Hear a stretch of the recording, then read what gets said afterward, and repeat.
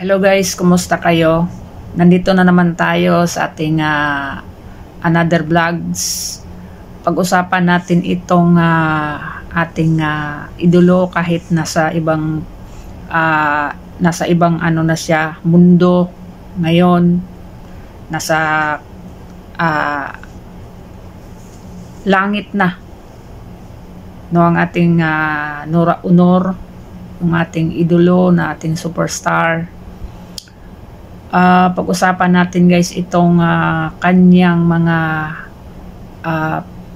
properties, at pag-usapan din natin yung pagpunta niya kay Chavit Singson, no, na totoo pala yung balita na si Chavit Singson talaga yung nagbayad, no, ng kanyang bill sa hospital, pero may story yun.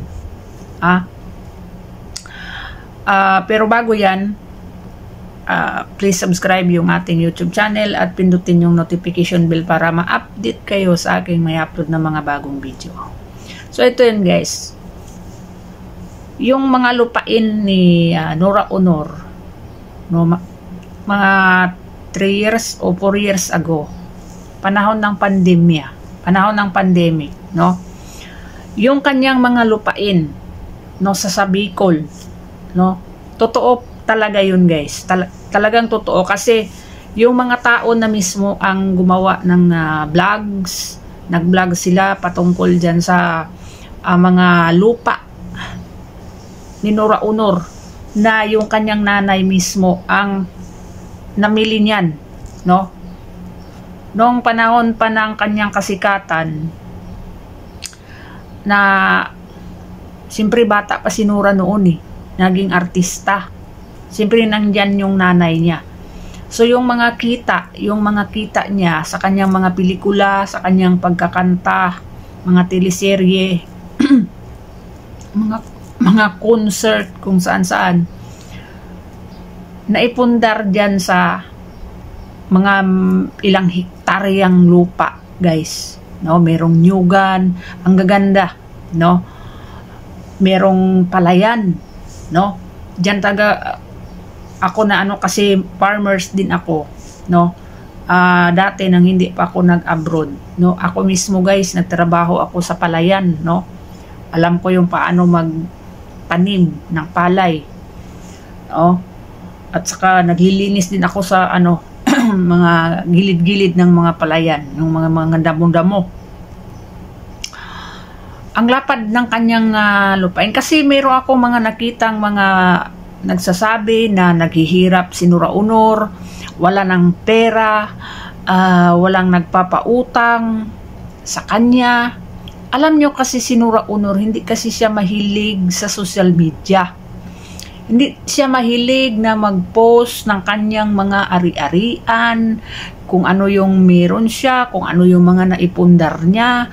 Hindi siya mahilig, hindi siya katulad ng mga politiko, no, ng mga politikong trapo, no, na kung ano-ano yung mga kanilang mga magandang sasakyan, mga baril, bags, mga alahas, ipopost talaga sa Facebook. Akala mo naman kung pera nila yun, pang binili doon, no, mga milyon-milyon pang mga halaga. Pero si Nora Aunor, kahit sa kanyang kasikatan, kahit maraming pera, kasi maraming pera din yun, mayaman din yun si Nora Aunor, pero hindi mo makita sa social media yun. Kung ngayon lang lumabas yun ngayon lang lumabas yun nung panahon ng pandemya, kasi yung lupa niya, yung nyugan niya, binigay niya sa mga tauhan, no, mga tauhan niya, binigay niya mga 36, no, na mga award niya doon sa mga taong yun, yung lupain na yun. Pero sabi naman niya, hindi naman lahat na yung 64 hectares na yun na lupain ay hindi naman kumbaga lahat naibigay sa kanila, kumbaga meron pa rin natira sa kanya na 30%. 30% ang natira sa kanya. So, yung kikitain doon, kumbaga meron pa rin natira sa kanya. No, na 9 hectares yata yung natira sa kanya. No. So, ganun guys. Hamakin mo. Lapad-lapad. At saka, hindi lang yun. Meron pa yung 11.5 hectares. Meron 15 hectares. Ang dami niya parang lupain na napundar doon sa Bicol. Meron pa yung sa San Andres. Basta meron akong nakita rin na vlog, no, ng mismong taga Bicol, no, na meron nga siyang mansyon na gawin daw museum yun. Nandoon yung mga kanyang mga pictures, na lumang pictures mula pa nung nag-start siya sa kanyang pagka-artista hanggang yung ngayong na matanda na siya. Doon lahat sa mansion na yun na nakalagay sa mga walls yung mga pictures na naka-frame, no? At gagawin daw museum yun, yung mansion na yun. At meron pang mga bahay, no? Meron pang mga bahay. Pero nakikita ba natin yun? Ngayon lang lumabas yun eh. Ngayon ko lang nakita yun. Mismo na yung mga fans ang nag-vlog doon sa kanyang mga properties. Kasi nga, may lumabas na mga sa social media na si Nora Aunor ay naghihirap na. Hindi totoo yun guys. Kasi marami siyang properties na pwede niyang ibenta na malalaki din ang halaga nun, no? Kung naghihirap siya talaga. Pero kung nakikita natin na left and right yung kanyang interview, at saka meron naman siyang mga negosyo, nagninegosyo yan. Si Nora Aunor din, meron niyang mga negosyo nung panahon ng nung mula siya nabalik galing sa Amerika. Doon siya siguro medyo medyo na down yung nakulong siya doon sa Amerika, no?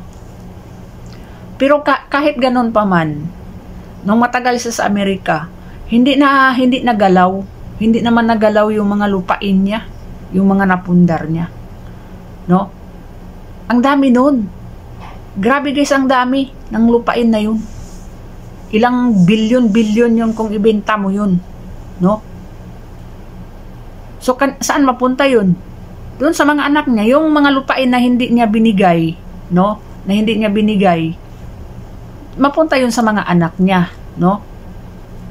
Yung 64 hectares na binigay niya sa mga tao, mayroon pang natira sa kanya doon na 9 hectares, no? So yun ang mapunta sa mga anak niya. Ngayon, yung paglapit niya kay Chavit, no? Yung paglapit niya. Kasi lumapit siya kay Chavit Singson, no? Humingi ng tulong. Napanood ko yung video ni yung sa Showbiz Now na sinabi doon nung isang kasamahan nila ni doon, Christy Permin, na tumawag, no? Tumawag, tapos yung si Romualdez, no? Kasi sa Ilocos yun sila eh, no? Kamag-anak siguro ito ni Martin, no? Yung babae. Tapos yung babae na yun ang nakiusap kay Chavit na mayroong kailangan na si Nora Aunor, gusto makipag-usap si Nora Aunor kay Chavit Singson, magbenta pala, no? Gusto ni Nora Aunor na ibenta kay Chavit Singson yung kanyang mga properties, no? Ibenta niya kasi magpa-doktor siya. Di ba? Alam ba ng social media yon? Hindi. No, kasi hindi nga siya mahilig mag-ano sa social media. Yung halos nga yung mga kanyang karamdaman, yung pagpa-hospital nga niya, hindi alam halos ng mga anak niya. Kasi ayaw niya nga na yung mga anak niya na maabala, maraming iisipin, yung mga ganon. Kung makita ninyo yung interview ni Boy Abunda sa mga anak niya, sinasabi nila doon, ayaw kasi ni Mami. Ayaw kasi ni Mami na malaman na namin na na nagpa-doktor. Siya mismo nga nagpunta na sa doktor, no? Nagpa-hospital. Ang nandoon nga yung fans at saka si Jan Mendes ba yun? O Rindis ba yun? O Mendes? Yun ang tumulong talaga sa kanya doon. At 2 fans nagbantay sa kanya. Kaya wala yung mga anak niya doon. Kasi nga hindi niya pinapaalam sa mga anak niya. Palaging sinasabi okay lang siya. Yung ganon. Kasi nga yung ibang mga tao, lalo na yung isang nagbablog dyan na si Michael Villamor, nung ginaano niya yung mga anak ni Nora Aunor, na wala sila doon sa hospital, hindi lang man nila nabantayan yung nanay nila. Kasi nga ayaw ng nanay nila, no? Pero sabi naman ng iba, kahit daw na ayaw ng nanay nila, dapat daw puntahan pa rin nila para sila doon, maasikaso nila si Nora Aunor, no? So yun guys, na pumunta siya kay Chabit. At sabi ni Chabit Singson, hindi ako bumibili ng properties. Pero, kung meron kang kailangan, tutulungan kita. Sabi niya, kailangan ko kasing magpa-doktor. Kaya sabi ni Chabit Singson, dalhin mo na yan. Sinabihan niya yung babae, dalhin mo na yan, ipa-doktor mo na. Ngayon na. Kaya dinala na agad siya sa hospital. So, kaya yung lahat ng bill sa hospital, si Chabit Singson ang nagbayad. Tulong sa kanya yun. Hindi yun utang, ha? Tulong yun ni Chabit Singson sa kanya. Oh. So, yung sabi ni Villamor na tumatawag si Nora Aunor na sinasabi huwag mong sagutin, no?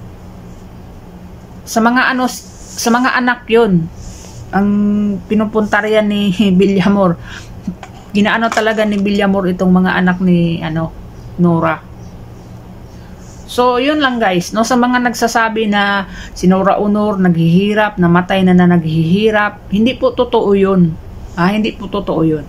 Kasi kung panoorin ninyo yung kanyang YouTube channel, Nora Aunors Official, makikita ninyo doon guys, na makikita ninyo yung kanyang pinakita niya yung properties niya nung sa kasi nga giano niya sa mga fans at sa mga tao na nagsasabi na wala siyang napundar sa kanyang pag-artista. Kaya doon pinakita niya yung mga properties na yun. 3 years ago, 4 years ago, basta may pandemya pa panahon na yun.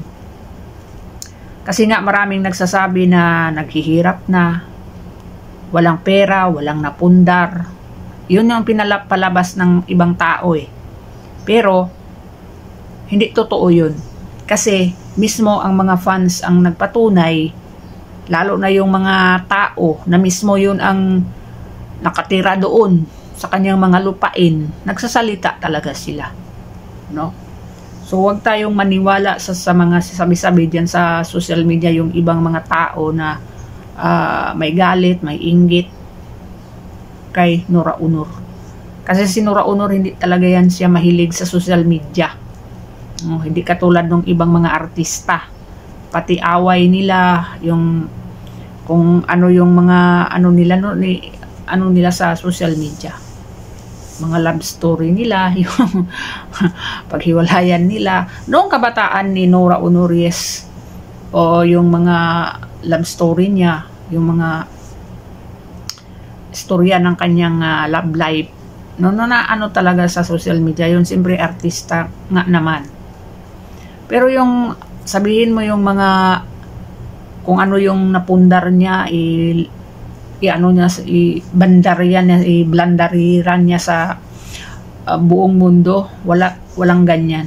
No, kaya nga sabi ng iba, walang napundar, walang pera, walang ganun na naghihirap si Nora Honor. Yung ibang lupain nga niya na ano pala yun yung ibang mga properties niya na kumbaga na ano yun sa korte, kasi nga binabawi niya, kasi siguro nung panahon na wala na siya, nakulong siya, kumbaga inangkin na ng ibang tao yung lupain niya, no, pinagawa ng mga titulo, no, so giano niya yun, binawi niya yun, no, kasi tinirhanan ng mga tao yung mga lupain na yun, tapos inangkin na nila. Kasi ano siguro sa isip nila, wala na si Nora, nandoon na, nakulong na, atin na lang itong kanyang mga lupa. Ngayon bumalik, ayun. So yun lang guys, no, ang ating update. No, sana wag natin na anuhin, no, na nandoon na si Nora Honor ngayon sa ibang planeta. Alam natin mabait naman yun siya, kasi believe talaga ako dun sa kanya, kasi nga yung pagmamahal niya sa mga tao, at sa yung pag-adapt na lang niya ng 4 na bata, no, yung 4 na mga bata na ngayon ay silang 5, parang totoong magkakapatid talaga sila, no, at hindi talaga niya ginaano na hindi niya kadugo yung 4, kumbaga giano lang niya na anak niya talaga silang 5, no, ganon. Yun din ang naano niya kay Christopher Dillon, no, na itong mga bata na ito ay anuhin natin talaga na mga anak natin ito. Yun talaga din na ipamana ni Nora Honor kay Christopher Dillon. Tingnan mo ngayon, hanggang ngayon nandyan pa rin si Christopher Dillon, nakasuporta, nakaalalay sa mga anak niya, yan sa mga 4 na yan, no, kasi si Ian anak talaga niya yan. Pero yung 4 ano talaga, parang anak talaga nila yung pag ano nila ba. So kakaiba, no, kakaiba. Meron mga artista ngayon din na nag-adapt, kasi ni Christine Hermosa, ni Judy Ann Santos, meron din yan silang mga adapted, no, ganon din, ano din yung pag ano nila, parang pantay lang kung ano yung pag ano nila sa anak nila, yung ganon din sa mga adapted nila, no. So hindi din basta-basta mag-adapt guys, sa papilis pa lang, no, ang daming proseso yan bago ka maka ano ng bata, no. Kaya mo bang buhayin ito? Hindi ka rin bigyan ng bata kung hindi rin ibigay sa iyo yan, kung hindi mo kayang hindi mo kayang anuhin, paralin, hindi mo kayang, wala kang kakayahan na wala kang maipakain, wala kang maipapagpaaral. Pero si Nora Honor nabigyan 4 pa, no, kasi nga kaya niya, kaya niyang pag-aralin, kaya niyang gastusan, kaya niyang suportahan, kasi nga artista siya, sikat siya, superstar, kaya nabigyan talaga siya ng mga bata. So yun guys, no, bayani talaga siya, no, bayani, kakaiba. Yung mga politiko dyan na mga magnanakaw, kaya ba nilang gawin na mag-adapt nang hindi nila kadugo, at pagpaaralin, pakainin, pag-aralin, suportahan, bigyan ng magandang bukas. Yung mga kabit siguro, oo, pero yung mga ganon, ewan ko. Hanggang dito na lang guys yung ating video. Maraming salamat sa inyo and God bless you all.